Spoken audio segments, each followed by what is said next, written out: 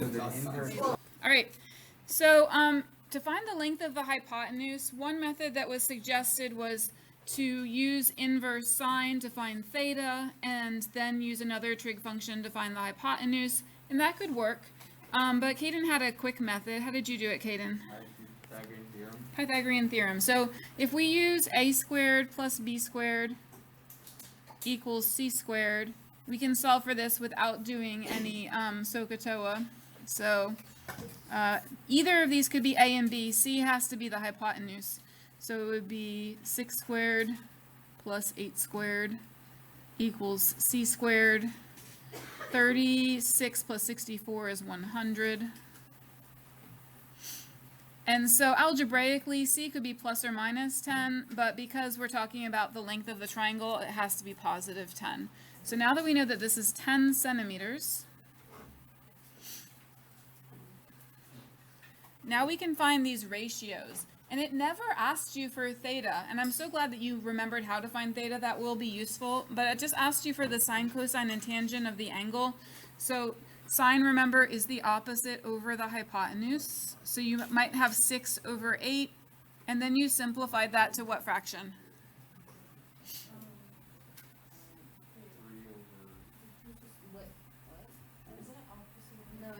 It would be 6 over 10. Oh, 6 over 10. Yep, you guys are helping me. Thank you. 6 over 10 is opposite over hypotenuse, and then it would be 3 over what? 5. Thanks for catching that for me. Cosine would be adjacent over hypotenuse. What's adjacent? 8 over 10. That simplifies to 4 over 5. And then for the tangent, I need to do opposite over adjacent. So that's the one that's 6 over 8, and that becomes 3 over 4. All right. And a lot of you guys are thinking, you know what, to find that angle theta, I would do an inverse trig function, and you're absolutely right. If you want to find theta, that's what you would do. All right, we're going to move on to a new area of a triangle formula. This is one that you can do if you don't know the base or the height. You can still do this formula. Remember that you still have your old formula, 1/2 base times height, right here, right? But if you don't have one of those things, then you can use this formula, 1/2 AB sine C. Now, when you use this formula, the angle must be between the two given sides. So the given angle must be between the two given sides, or it just doesn't work.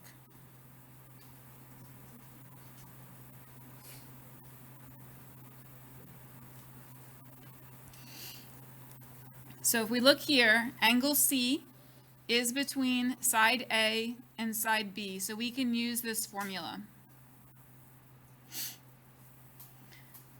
Let's see.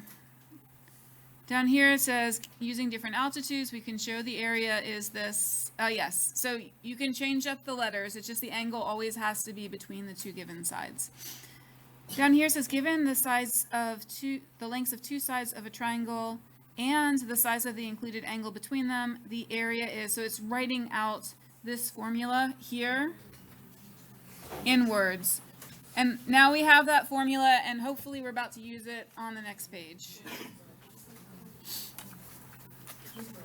Yes?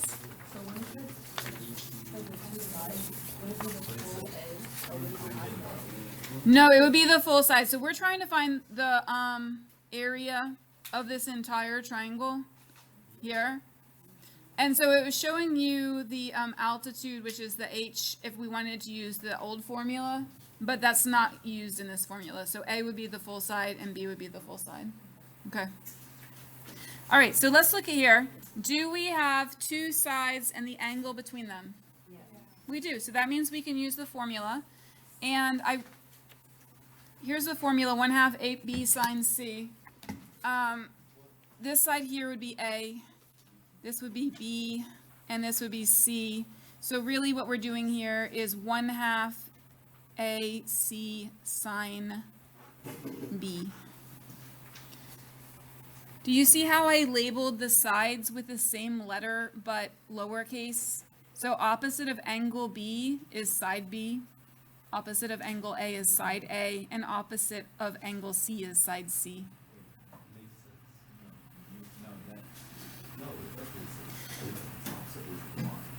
Okay, so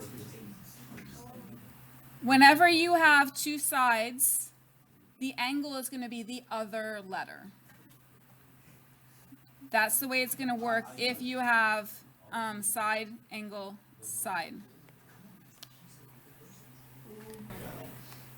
So we're going to substitute in, and we're going to do 1/2 15 times 11, and then sine of 28. And one thing I learned when you guys were doing the warm-up was that some of the calculators you're using are not in degree mode. So press mode and double check you're in degree mode before you do this. 38.7, and then consider what your unit is because we're talking about area. Square centimeters.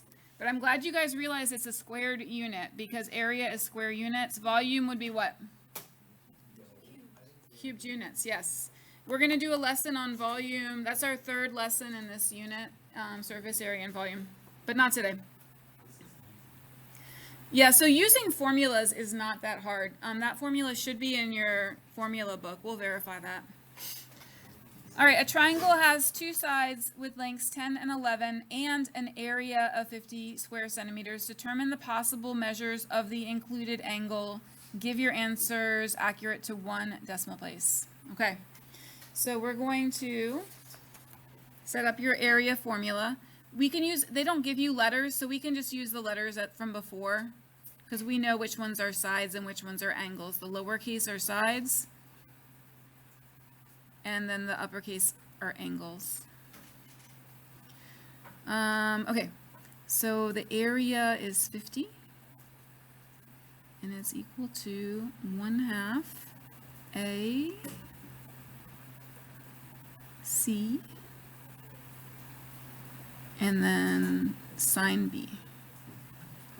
All right, so take a moment to solve that for B. So isolating the B, you first isolated sine B, and then to undo the function sine, you use its inverse function, inverse sine, and we get how many degrees to 3 sig figs? I have an answer here, and it didn't match what somebody said, so I can do it. 65.4? Okay. Can we back up to the question for a minute, though, because there's a mismatch between what it's asking and what we found. What is that mismatch? It says determine the possible measures. Why in the world would it say determine the possible measures? It's asking just the measures of the included angle. So that leads me to believe there's two possibilities here.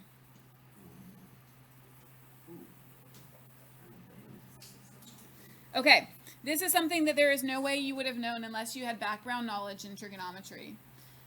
Inverse sine can only give outputs between 0 and 90. But consider a triangle. What's the biggest an angle could be in a triangle? 186. Kind of 180, like maybe 179.9, right? Because you need to have those other two angles, right? It turns out that the sine of an angle and the sine of its supplement are exactly the same.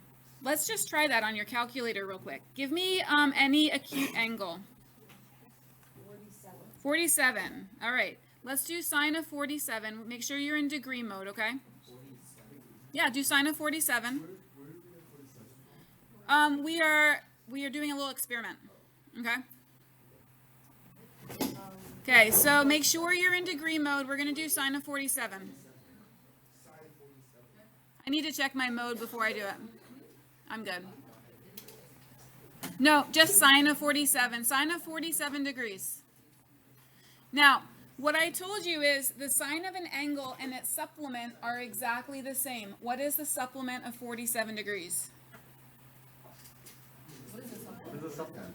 Oh, supplementary angles add up to 180. So what's the supplement of 47 degrees? 133. So let's do sine 133. Whoa, look at that. All right, give me another acute angle. I heard 70. We're going to do sine of 70. What's the supplement of 70? 110. 110.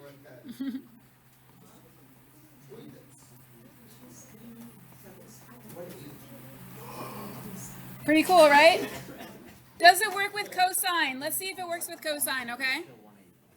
Does it work with cosine? Cosine 70 and cosine 110. Does not work with cosine. Do you see how you have a positive and a negative? Only true for sine. So what's this supposed to tell us? Okay, good question. It's getting to the idea of why there are two possible answers here, okay? First, let's write this down. The sine of an angle and the sine of the supplement of the angle are exactly the same. You could also do 114.6. You got it. Sorry, I'll read it to you in a second. Are exactly the same. Not true with cosine, just true with sine, okay? The sine of an angle and the sine of the supplement of the angle are exactly the same. Now, this never showed up in right triangles because in right triangles you can't have an obtuse angle. So we never had to worry about this in right triangles. But when you're doing non-right triangles, sometimes you'll have an obtuse angle. So, Sophia, can you explain to us how you figured out that what the other value could be? 180 minus 65. Yeah.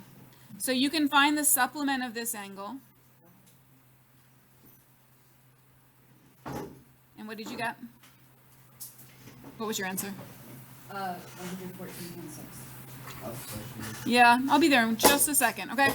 So there are two possible values. You can check them by substituting them back in for the angle and see if you get the same thing. Okay? Yes? Never mind. I got it. Okay. I know it's like a little bit mind-blowing when there can be more than one answer. And that's going to come up again today, when there can be more than one answer. Okay? Wait, how would you know if you're doing sine or cosine? How do you know if you're doing sine or cosine? Well, this formula uses sine, right? Is a formula is for area that uses sine. So when you're doing inverse sine, consider whether it's possible that the angle could be obtuse. If it's a right triangle, no way, because they have to add up to 180. There's not enough degrees left to have an obtuse angle. But in this case, it could be either of these.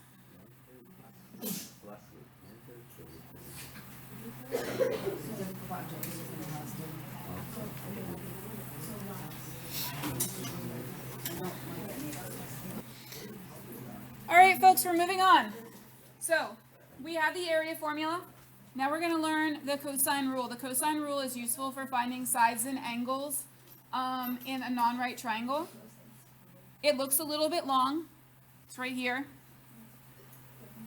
What does it remind you of? Yeah, the Pythagorean theorem with some extra stuff. So the Pythagorean theorem is a special case of this where you don't have all this extra stuff. So that must mean that the Pythagorean theorem is when this part is 0, right? So the Pythagorean theorem is a case when 2bc cosine A would equal 0 because it's just this. Pythagorean theorem is a special case of the cosine rule where it gets easier. All right? Cosine rule is actually not hard. It's kind of like quadratic formula, right? Quadratic formula, there's a lot of letters. It looks complicated, but it's not hard. Same thing with cosine rule. One thing to remember is that the little letter is opposite of the big letter. So you label your angles with capital letters, and then you label your sides with lowercase letters, so that if this is little a here, this is going to be big A, and then these are going to be B and C. So notice that, like, this one matches this one, and then the other two go here and here. This one matches this one, the other two go here and here. You don't have to memorize it, but it is useful to, like, so you don't get caught up in what letter or what number goes where. So let's try to practice it. First thing I'm going to do is label my opposite side. So if this is angle A, that means this is side A. If this is angle B, this is side B. And if this is angle C, then this is side C. So now I want you to take a moment and I want you to figure out what formula we have the information for. It asks us to find the length of side B, which is the same as little a. So we're trying to find little a, okay? All right, so I see a lot of good work being done. You can actually just substitute all of this in the calculator at once to find out what a squared is and then end up square rooting it. But one common mistake people do when they kind of split it up is that people try to subtract these two numbers here. And why can't we do that? Why can't I subtract 290? Yeah, so the 286 is multiplied by the cosine 42, so they're not like terms, so I can't subtract them, but I can enter the whole thing in the calculator because my calculator knows how to do order of operations, right? And so I should get a squared is equal to 8.80. Nope, that's not right. That's what 77, right? Yeah. 77.46, and then you square root it.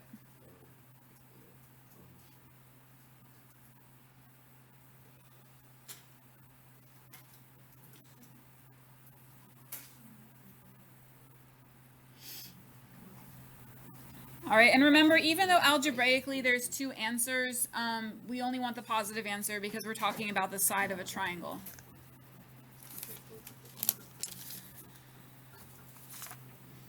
All right, so notice nothing tricky about the cosine rule, which in the US we often call the law of cosines. So if you take like a pre-calculus or calculus course in college, they might call it law of cosines. It's the same thing as a cosine rule. Okay. All right, so let's look at the next page. See, I think you're ready to try this problem. In this problem, we're missing an angle. And so we're going to have to try to find the measure of angle BCA. I will help you set up a picture of the triangle, and then you guys can try to find the angle that's missing. Go ahead. What is the Totally like fine. thing over the C and A? Like what does that mean? That must be like an IB format because I've never seen that before, but I think it just reminds you that C would be the vertex of the angle. So BCA, C would be the vertex. Yeah, I don't know why they use that. Maybe they use that instead of that angle in front, right? Okay. So it must be a notation to tell us that it's an angle. All right, let's draw a picture of triangle ABC. It does not have to be to scale. You just need to label it ABC. Okay? And it says AB is 7, BC is 5, and CA is 8. And they label them that way. I really like to label them with their single letter because it just matches the formula better. So opposite of A is little a, opposite of B is little b, and opposite of C is little c. And so we're trying to find the measure of angle BCA, so we're trying to find this one here. So use that information to help you decide which formula to use. And then you're going to have to solve for an angle this time.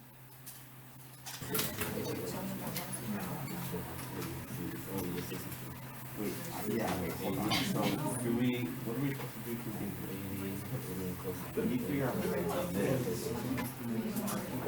I don't think we could even under for it to make sense. I just keep getting error domain.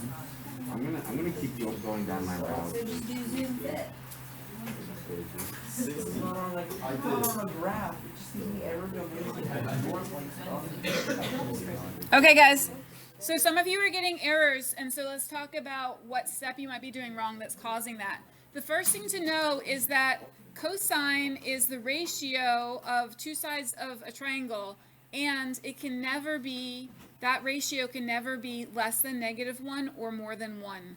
The only possible ratios are going to be decimals, fractions between -1 and 1. So if you're trying to do inverse cosine of 49/9, your calculator will not be having that. It's just not possible. Okay? Yes?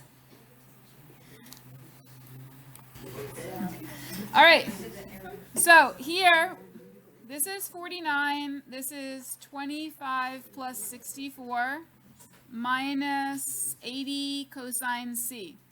So I think one problem people are having is that you're combining all three of these numbers, but remember that -80 is stuck on the cosine C, so we cannot combine it with these two. We can combine these two to get 89.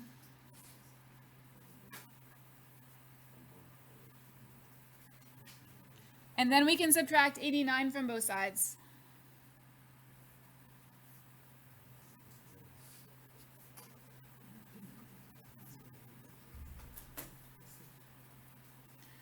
And then how do we isolate cosine C? Divide.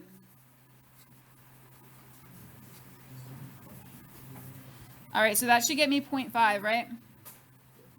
So I'm kind of running into the space that I'll be using over here. I have 0.5 equals cosine C, so we're going to do an inverse cosine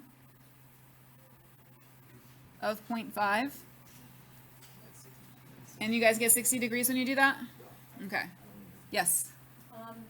Theoretically, could you put in, like, I guess, the third row, so like 25 plus 64 minus 80, like, cosine of x, like, into y equals? Yeah. And then y2, 49, and, like, save yourself all of these steps? Yes. All right, so we did talk a lot about how to solve things graphically in this class, and so Sophia points out that you could put one side in your y1 and one side in your y2 to solve it. Good point. All right. Finding the area, so we're going to use our area model. We have angle C, so the one we want to use is 1/2 AB sine C. Yeah, please.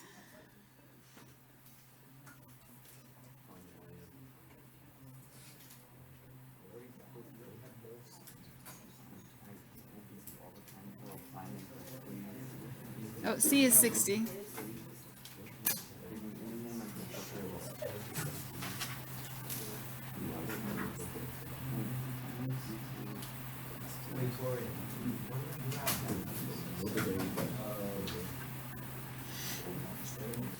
The sine rule.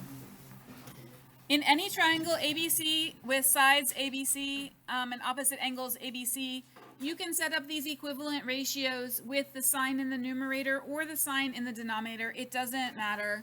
Sometimes you try to set it up in a way that'll be easier to solve. Other times you just set it up however you want. Some people like to always use this or always use this. It doesn't matter. Okay? Looking down here at our example, let's start by labeling our sides A, B, and C. And then look at what we have. We have angle B and we have angle C. So what we should be able to find is side B, which conveniently is what they're asking us. Find the length of AC, which is also side B. So we're going to use just part of this. We're going to use the first part here. Actually, let's use this one because this one puts the side in the numerator, which is slightly easier in this case. So we'll use A over, no, we don't have A. We'll use B over sine B equals C over sine C. This one right here.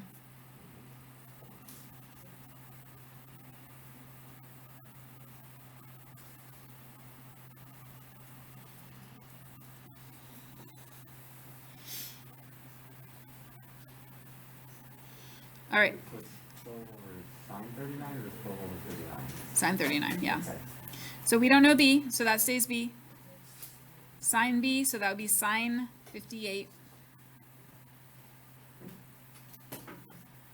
C is 12, and that's over the sine of 39. All right, and we just have to solve that now. Some of you like to cross multiply, which is like not really a mathematical law, but it works.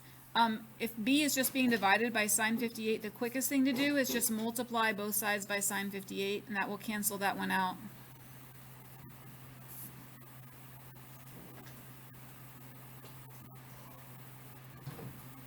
So that cancels out. And so you can put in your calculator 12 sine 58 divided by sine 39, and that should work.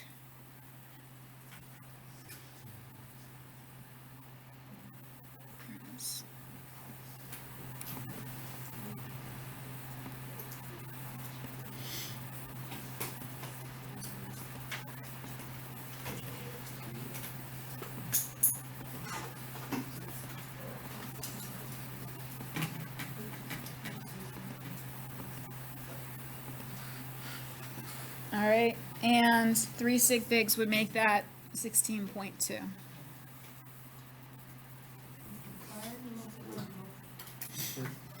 So some of you like to cross multiply. It will work, but it's extra steps, right? So I'm thinking about the most efficient way to solve it, and to get the b by itself, I can undo the division by multiplying both sides. It says, correctly 2 decimal places, would it be 16? That's what you guys are pointing out, that it says 2 decimal places? Yeah. So it would be 16.17, right? Yes. Thank you. Yeah.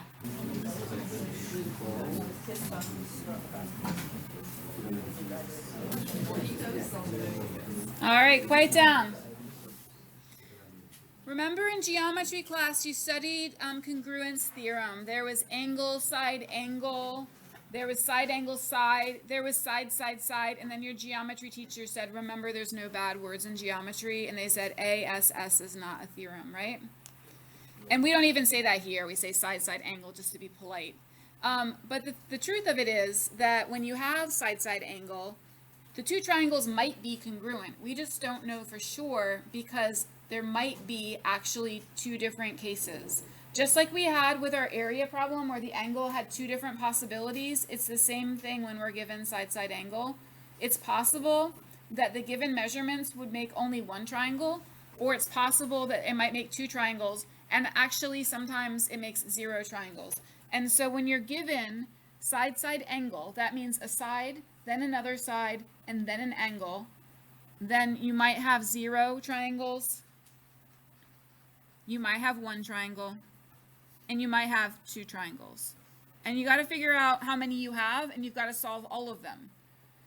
If you're lucky, you have 0, and then you don't have to solve anything. You just write 0 triangles.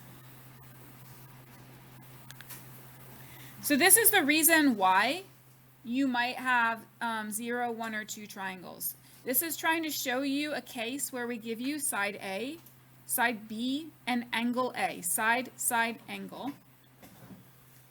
ABA, ABA, okay? In this one, A is too short to make a triangle. See how it doesn't reach the bottom? So it's not going to make a triangle. In this one, there's only one way to make the triangle, and this one as well, one way. But in this case right here, you have your angle A and your side B, and you're given the length for side A. That length for side A could make a triangle, this one over here, or it could make this big triangle. And I want to kind of try to draw those out to make it a little bit more clear what it's saying. So we have the first triangle is when this is side A here. So I'm going to be drawing this little triangle here. I'm going to do my best.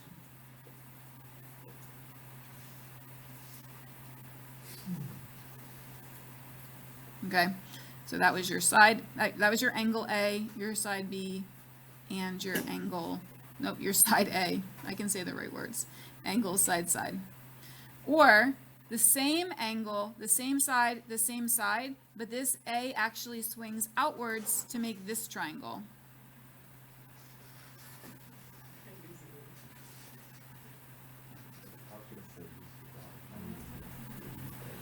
Same angle, same side, but it swings out like that to make 2 triangles.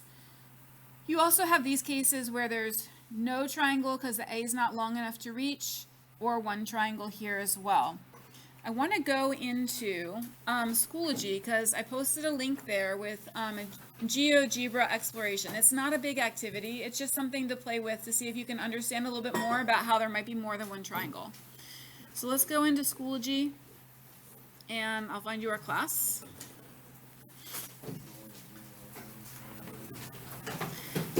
And I posted it underneath the unit overview. Okay, so here is your ambiguous case, side-side angle. Right now it's set so that I have 0 triangles. But I can make that A longer. And look at that, it's showing you the 2 possible triangles. This one, and then this one. Okay, so again, that link is in Schoology, and it's underneath your unit overview. And you can also see what happens if I make A a bigger angle. What if A is like obtuse, right? I don't know why it's swinging over there. It should be actually over here too. Maybe if I make this longer, it will go. Oh, there we go. So I was trying to show you that there was no triangle over here, but then once you make A long enough, it will make a triangle over here. Wait, what's it? The link, there's like only 2 things in Schoology. There's unit overview, and then there's this one. All right, so the most interesting things happen though when your A is acute. When your A is acute and you have 2 different triangles. You see that?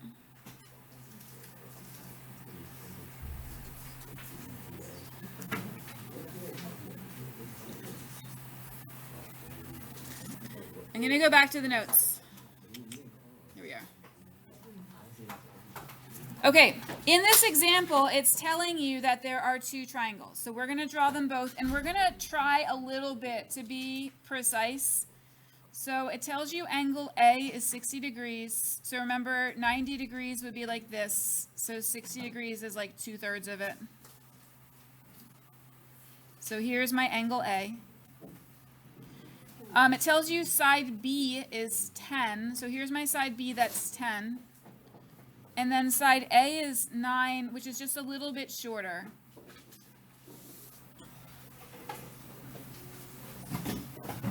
So there's my side A. There's my side B. This is going to be side C over here. I didn't finish it because I don't know how long it is, so I just didn't even finish it. So it says draw 2 triangles. So this is my first one. My second one has the same start to it. A, B, but this side A over here is going to swing this way, like that.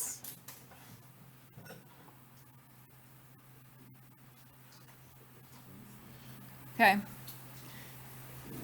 So this over here doesn't even exist.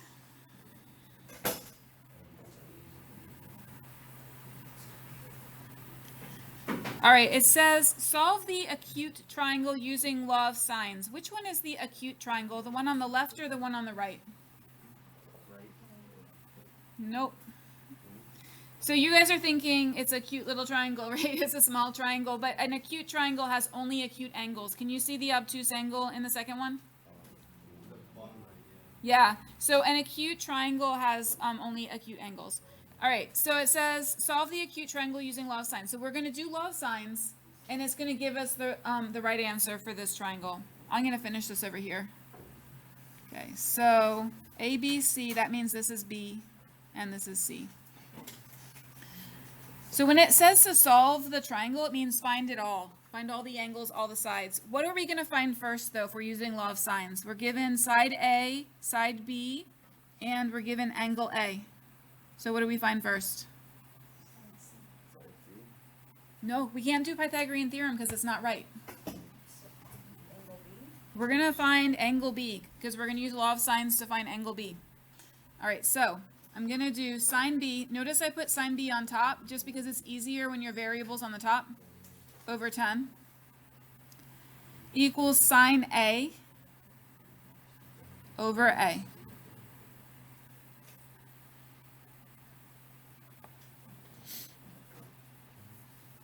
I can multiply both of them by 10 to cancel this out. And so in my calculator, I'm going to put 10 sine 60 and then divide it by 9. Make sure you close the parentheses after sine 60.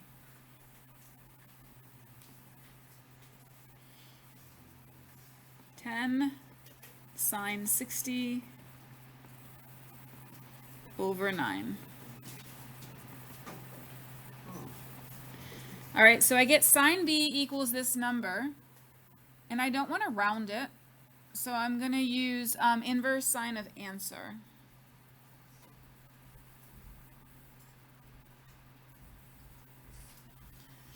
So I'm going to do inverse sine answer. And answer is above your negative.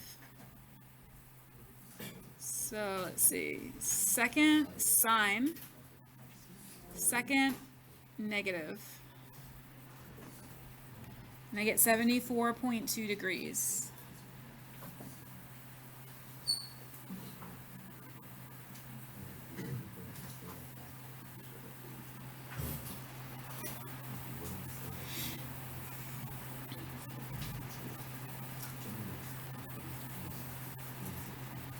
All right. So this one here is 74.2 degrees. I'm actually not going to continue to solve the triangle just for the sake of time, but you can continue doing law of sines to find the missing information. Actually, you would turn to the law of cosines to find c because you don't have either of the c's. And then you would be able to solve this triangle. But for now, we're going to do this. Now we have to figure out how to find the other possible value for b. And it's obtuse. Are there any guesses as to how we're going to find that other value for b? 180 minus, right? So we know it's going to be an obtuse angle. And so I might call this b sub 1. And then b sub 2 is going to be 180 minus 74.2. What do we get? 105.8 degrees. All right, and yes, if I wanted to find side C and angle C, I would have to switch over to law of cosines, but I'm not going to do that right now. I want to continue with this. All right, so let's turn the page.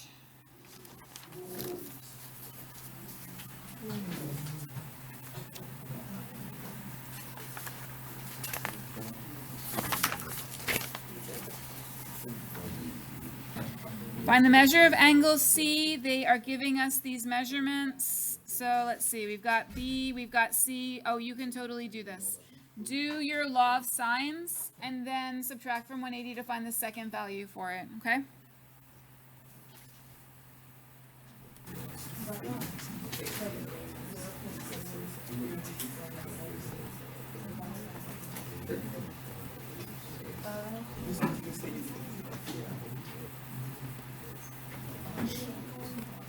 All right, so I'm getting sine of C is about 0.6641.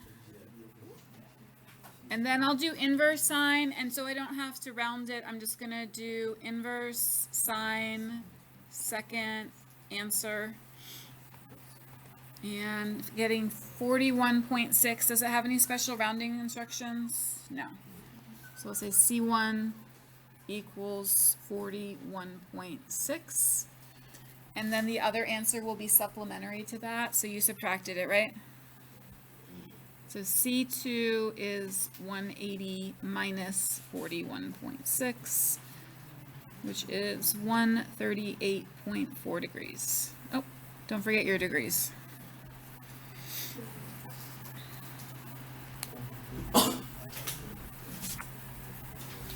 So remember, you can use law of sines to find a side too. For some reason, these are all for finding an angle, but you can use law of sines to find a side.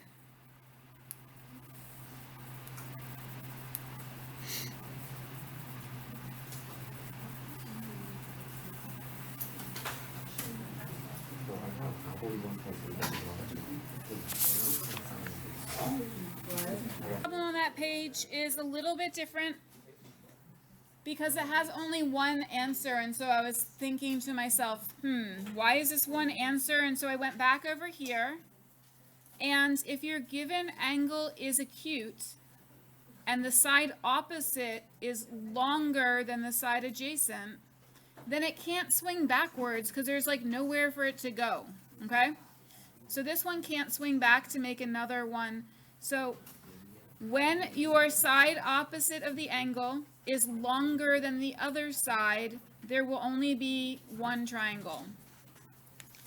And yeah, you can ignore this over here. I was trying to think it through. I was thinking about something else, but because 16.8 is greater than 13.5, there is just one triangle. I drew an altitude in there. You can ignore it. I was thinking through. So only one triangle. So when you solve this one, you're going to get only one answer. So you set it up with sine 56 over 16.8 equals sine L over 13.5. Multiply both sides by 13.5 and you get sine L equals 13.5 sine 56 over 16.8. And you can actually just do inverse sine of all that at once if you want, so you don't have to use that answer.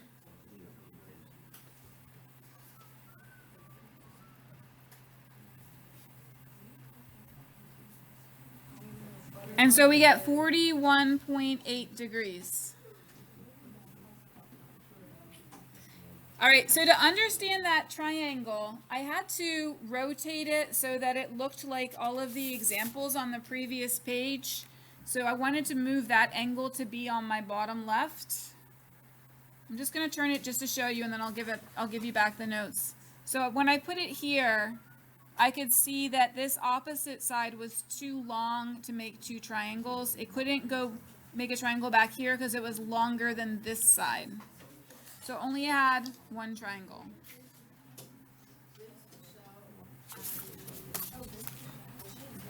At the top, they give us some rules for problem solving using when do you use sine, when do you use cosine. But basically, you use the rule that's going to help you, right? When you're using an equation, you can't have more than one thing missing. So use an equation that has just one thing missing so that you can solve it. So you can memorize this if it helps you, but you don't have to. Just use what makes sense.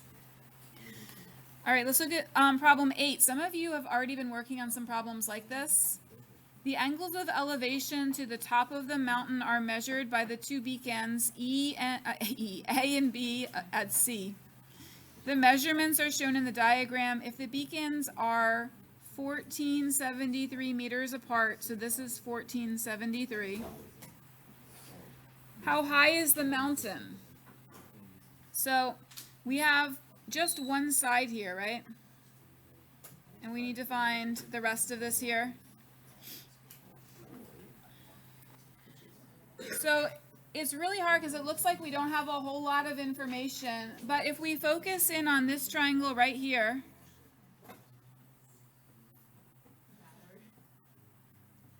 then we do know that this angle is how much? 98.8, right? We have to subtract it from 180, right? 138.8.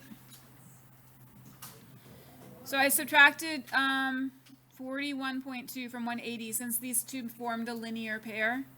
And so I had 29.7 down here, and then I have 138.8 right here. And so now I should be able to use law of sines to find this side over here. And I'm going to label that side.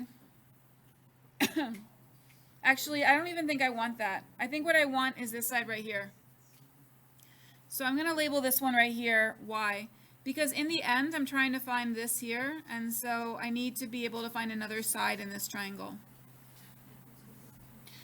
So what do I have? I have this side, which is opposite of this tiny angle here. Can I find this tiny angle? Because I know that in a triangle, the angles add up to what? 180. So for this one, I'm going to do 180 minus 29.7 minus 138.8. What do you guys get? Oh, 11.5? Okay. All right, so now I can set up my law of sines. I'm missing a side, so I'll put that on top. I call that y over its opposite angle, sine 29.7. And then 1473 over 11.5. All right, that's a start for you. You're going to find side y, and then you'll be able to use that to find the height of the mountain. I'm going to give you a little bit of thinking time here. Make sure you put the sine 11.5 on there. Okay, so when you solve this for y, did you get 3,660.62?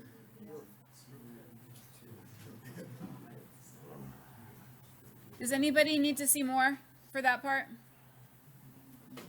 Basically, you're just going to multiply both sides by sine 29.7. So you would have 1,473 times sine 29.7 divided by sine 11.5. So this is our y value. And now we're dealing with a right triangle. And so if I want to find x here, the height, I could just use what trig function? Asan says sine. You heard that? Also solve for the last angle in that triangle and use a different one. True. And Sophia points out you could find this angle and use a different one, but I'm a fan of sine. So you can use like plain sine, all right? Sine from SOHCAHTOA, sine from geometry class. So now sine of 41.2 is equal to x over 3,660.62, and then multiply both sides by that.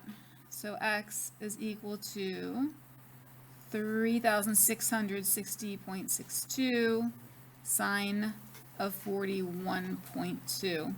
Put that in your calculator. And it doesn't give us a unit, but 3 sig figs is not that great. Let's round to 1 decimal place here, okay? Meters? Did you guys get 2,411.2 meters? Yeah. Okay.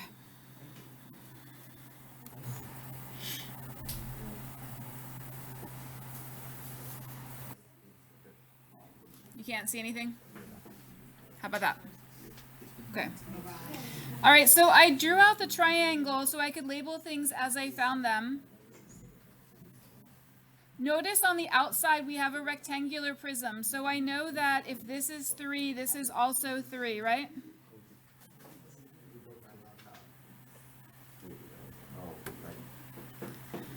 So I could probably find PV by doing Pythagorean theorem, right? 3 squared plus 6 squared is going to equal PV squared. So 3 squared plus, oh, that's not a squared. 3 squared plus 6 squared is equal to PV squared. That was loud. So that gives me square root of 45, right? I'm going to leave it as square root of 45 for now so that I have the most exact answer. So this is root 45. And here I can find RV, right? Because it's going to be 3 squared plus 5 squared. 3 squared plus 5 squared is equal to RV squared.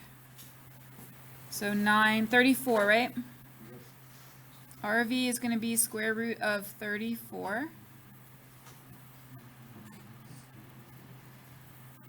And then PR is up here, so let's figure out what this is. This one is going to be 5, and this one is going to be 6.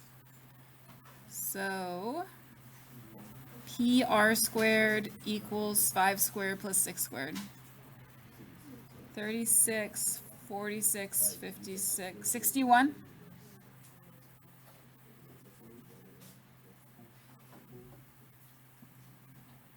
Okay. So my question to you is, we have three sides and we're trying to find an angle. Is this law of sines or law of cosines? I heard a vote for cosine. Anybody else want to vote? Cosine. Right, because in law of sines, you have two angles in that formula, and we don't have any, so there would be too many missing things. So we've got to use law of cosines.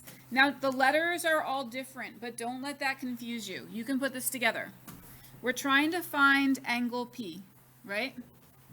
So when we're doing this, our law of cosines would be little p squared equals little r squared plus little v squared minus 2. Remember, this one only matches the one at the end, so this has to be r and v again. 2rv cosine and then big P. Okay, so whatever this is, it matches this, and then the other two go here and here. All right, little p is going to be opposite of this, so I have root 34 squared, and then opposite of the r, root 45 squared. V is root 61 squared minus 2 root 45 root 61 cosine P. A lot of numbers, but not that hard. 34 equals, what's 45 and 61? 105? 106. 106, thank you. All right, and then I'm going to multiply those on my calculator. 2 times root 45 times root 61.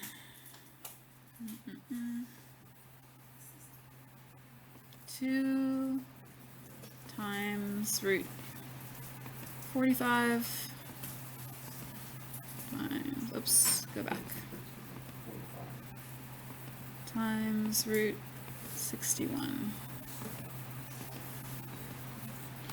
So 104.79.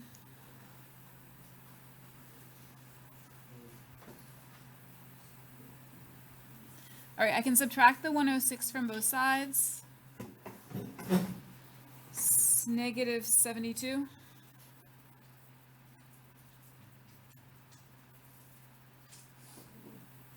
And then divide.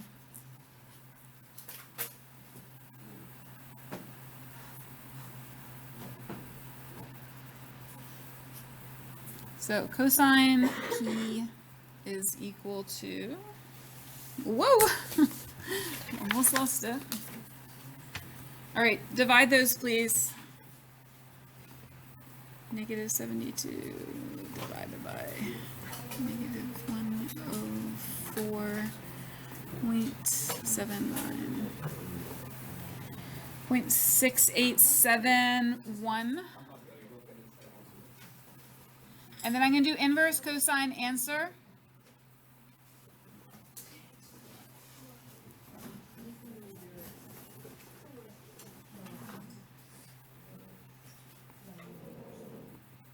Oops.